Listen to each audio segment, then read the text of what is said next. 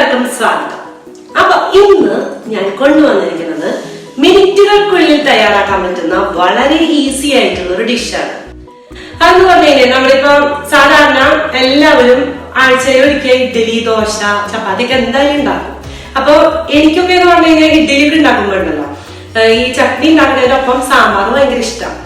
എന്താ വെച്ച് കഴിഞ്ഞാൽ ചട്നി ഉണ്ടാക്കുമ്പോ പിന്നെ അതങ്ങനെ സാമ്പാർ ഉണ്ടാക്കാൻ നിൽക്കില്ല. സാമ്പാർ ഉണ്ടാക്കുന്ന ദിവസം ഇഡ്ഡലിയും ചട്നി ഉണ്ടാക്കി അഡ്ജസ്റ്റ് ചെയ്യാനുണ്ട് ആ ഒരു സൂത്രം. അപ്പൊ എന്നാലും പെട്ടെന്ന് എനിക്ക് അങ്ങനെ ഉണ്ടാക്കണം എന്ന് തോന്നി കഴിഞ്ഞാൽ ഞാൻ ഉണ്ടാക്കാറുള്ള ഒരു സ്പെഷ്യൽ ഒരു സിമ്പിൾ ഒരു ഡിഷാണ് ഇന്ന് നമ്മൾ പ്രിപ്പയർ ചെയ്യാൻ പോകുന്നത്. കടലമാവ് കൊണ്ടാണ് ഈ റെസിപ്പി. ഇപ്പൊ ഞാൻ ബാംഗ്ലൂരൊക്കെ ഉണ്ടായിരിക്കുമ്പോ ഇങ്ങനെ ഒരു റെസിപ്പി, ഇതുകൊണ്ട് പല റെസിപ്പിയും കടലമാവ് കൊണ്ട് പല റെസിപ്പീസും ചെയ്യാറുണ്ട്.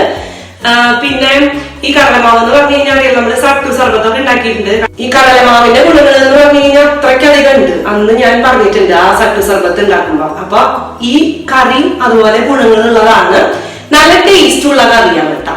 അപ്പൊ എന്തായാലും നിങ്ങൾ വീഡിയോ മുഴുവനായിട്ട് കാണാം. ചോറിന്റെ കൂടിയും ഇത് വേണമെങ്കിൽ കൂടി കഴിക്കാൻ പറ്റും.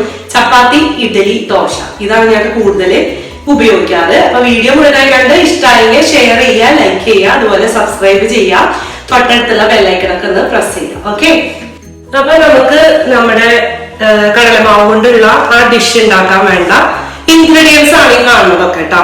സവാള, തക്കാളി, ചെറുനാരങ്ങ, വേപ്പില, പച്ചമുളക്, അങ്ങനെ എല്ലാം എടുത്തു വെച്ചിട്ടുണ്ട്. അപ്പൊ നമുക്ക് റെസിപ്പി നമുക്ക് ചെയ്തു തുടങ്ങാം. വളരെ സിമ്പിൾ റെസിപ്പിയാണ്. അപ്പൊ എല്ലാവരും കാണാം.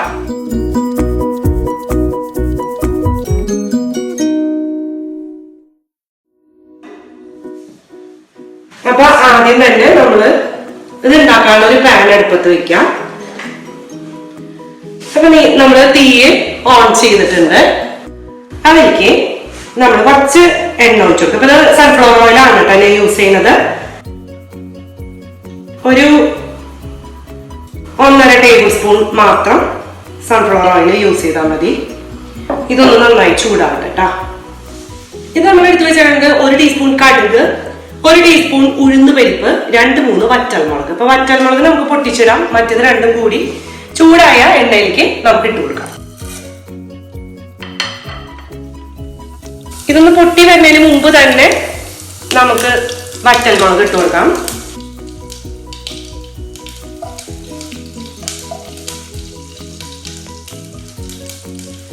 നന്നായി പൊട്ടിയിട്ടുണ്ട് കേട്ടോ. അതിലേക്ക് നമുക്ക് കറിവേപ്പില ഇട്ട് കൊടുക്കാം. അപ്പൊ 2 കറിവേപ്പില ഇട്ട് വെച്ചിട്ടുണ്ട്. ഒരു സവാളയാണ് ഞാൻ ഇട്ട് വെച്ചേക്കുന്നത്. ആ സവാള ഇട്ട് കൊടുക്കാം.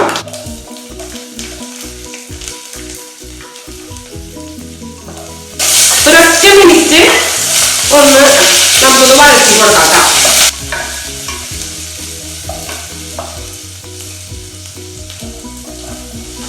3 പച്ചമുളക് ഇട്ട് വെച്ചിട്ടുണ്ട്.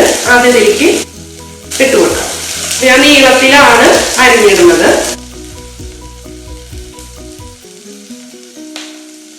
ഇതിലേക്ക് നമ്മൾ 1 തക്കാളിയാണ് കേട്ടോ അരിഞ്ഞു വെച്ചിരിക്കുന്നത്, അത് കൂടി ഇട്ട് കൊടുക്കാം. അപ്പൊ സവാള ബ്രൗൺ കളറൊന്നും ആവണ്ട, ജസ്റ്റ് 1 മിനിറ്റ് വഴറ്റിയാൽ മതി സവാള പച്ചമുളകൊക്കെ.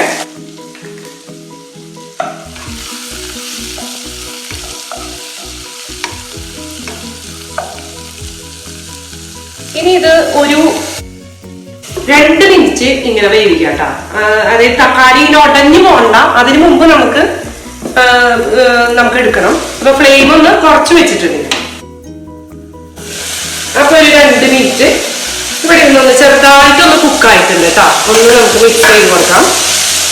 ഇനി ഇതിലേക്ക് നമ്മൾ ഇട്ട് കൊടുക്കാൻ പോകുന്നത് ഒരു 1/2 ടീസ്പൂൺ മുളക് പൊടി, നല്ല മുളക് പൊടി,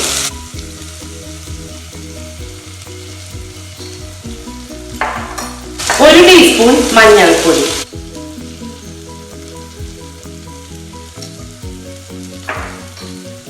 പിന്നെ ആവശ്യത്തിന് സോൾട്ട്.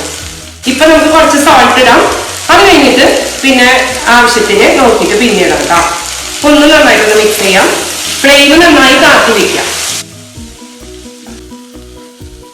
3 ടേബിൾ സ്പൂൺ കടലമാവിന്റെ പൊടിയാണ് കേട്ടോ ഞാൻ എടുത്ത് വെച്ചേക്കുന്നത്. അത് ഫ്ലെയിം നന്നായി കുറച്ച് വെച്ചിട്ട് നമുക്ക് ഇതിലേക്ക് ഒന്ന് ആഡ് ചെയ്യാം. ഒന്ന് റോസ്റ്റ് ചെയ്തെടുക്കണം കേട്ടോ. ഒരൊറ്റ മിനിറ്റ് റോസ്റ്റ് ചെയ്താൽ മതി.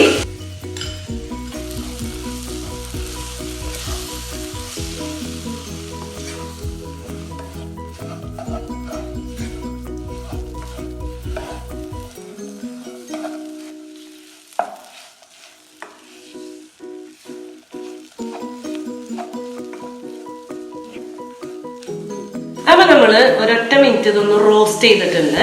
ഇനി ഇതിലേക്ക് നമുക്ക് ആവശ്യത്തിന് വെള്ളം ഒഴിച്ചു കൊടുക്കാം.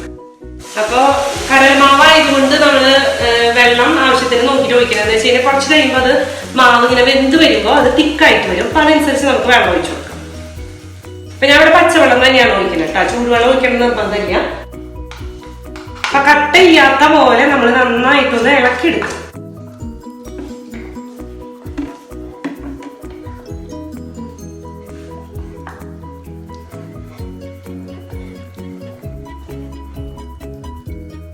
ഇപ്പൊ ഞാൻ ഏകദേശം ഒരു 3 കപ്പോളം വെള്ളം ഒഴിച്ചിട്ടുണ്ട്. ഉപ്പ് നമുക്കൊന്ന് തിളച്ചതിന് ശേഷം ആദ്യം ഒന്ന് ചെക്ക് ചെയ്ത് നോക്കാം കേട്ടോ. പിന്നെ ഇത് നന്നായിട്ടൊന്ന് തിളച്ച് ഒന്ന് വരണം. അപ്പൊ ഇത് ഇത്തിരി തിക്കായിട്ട് വരും കേട്ടോ.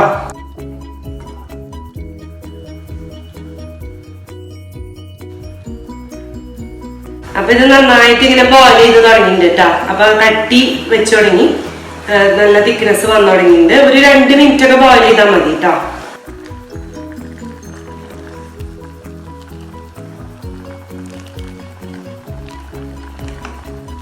ഇതിൽ ഉപ്പ് കുറച്ച് പോരായിരുന്നു. അപ്പൊ ഞാൻ കുറച്ചും കൂടി ഉപ്പിട്ട് കൊടുക്കുന്നുണ്ട്. ഇപ്പൊ ഇത് ബോയിൽ ചെയ്ത് ആവശ്യത്തിനുള്ള ആ ഒരു കൺസിസ്റ്റൻസിയിലേക്ക് എത്തിയിട്ടുണ്ട്. അപ്പൊ ഞാൻ ഫ്ലെയിം നന്നായിട്ട് കുറച്ച് വെച്ചു. ഇനി ഒരു ചെറുനാരങ്ങ എടുത്തിട്ടുണ്ട്. അപ്പൊ നമുക്ക് പുളി നോക്കിയിട്ട് മാത്രം ഇതിലേക്ക് ചെറുനാരങ്ങ നീര് പിഴിഞ്ഞ് ഒഴിക്കാം. അപ്പൊ ആദ്യം ഒരു അരഭാഗം ഞാൻ ഒഴിച്ച് നോക്കുകയാണ്. എന്നിട്ട് പുളി നോക്കിയിട്ട് വേണമെങ്കിൽ മാത്രം ഒഴിച്ചാൽ മതിട്ടാ മറ്റേത്.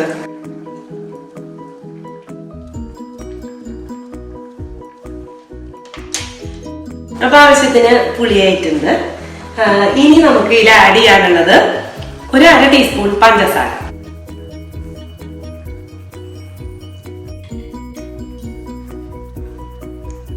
പിന്നെ ഞാനിവിടെ കുറച്ച് മല്ലിയില എടുത്ത് വെച്ചിട്ടുണ്ട്. കുറച്ച് കൂടുതൽ മല്ലിയില എടുത്ത് വെച്ചിട്ടുണ്ട്. നല്ല ടേസ്റ്റ് ആണ് ഈ കറിക്ക് മല്ലിയില ആഡ് ചെയ്യുമ്പോൾ.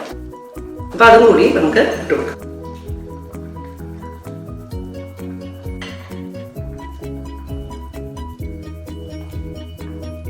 ഇതൊന്ന് തിളച്ച് കഴിഞ്ഞ് കഴിഞ്ഞാൽ നമുക്ക് ഫ്ലെയിം ഓഫ് ചെയ്യാം. അപ്പൊ ഫ്ലെയിം ഞാൻ ഓഫ് ചെയ്തു. ഫ്ലെയിം ഓഫ് ചെയ്തതിന് ശേഷം ഒരു 2 നുള്ള് കായപ്പൊടി എന്നിട്ട് ഒന്ന് മിക്സ് ചെയ്യും. ഈ കറി നല്ല ടേസ്റ്റ് ആണ്. ഇഡ്ഡലിയുടെ കൂടിയും അതുപോലെ ദോശയുടെ കൂടിയൊക്കെ കേട്ടോ. വേണമെങ്കിൽ ചോറിനൊക്കെ നമുക്ക് കഴിക്കാൻ പറ്റുന്ന ഒരു കറി തന്നെയാണ്. അപ്പൊ നിങ്ങൾ എന്തായാലും ഇതുപോലെ ഒന്ന് ട്രൈ ചെയ്ത് നോക്കൂട്ടോ. എന്നിട്ട് പറയൂ, അഭിപ്രായം പറയൂ. വളരെ പെട്ടെന്ന് നമ്മൾ ഉണ്ടാക്കിയില്ലേ, വളരെ ഈസി ആയിട്ടുള്ള ഒരു റെസിപ്പിയാണ്. അപ്പൊ അടുത്ത നമുക്കൊരു അടിപൊളി റെസിപ്പിയുമായി കാണാം. ബൈ.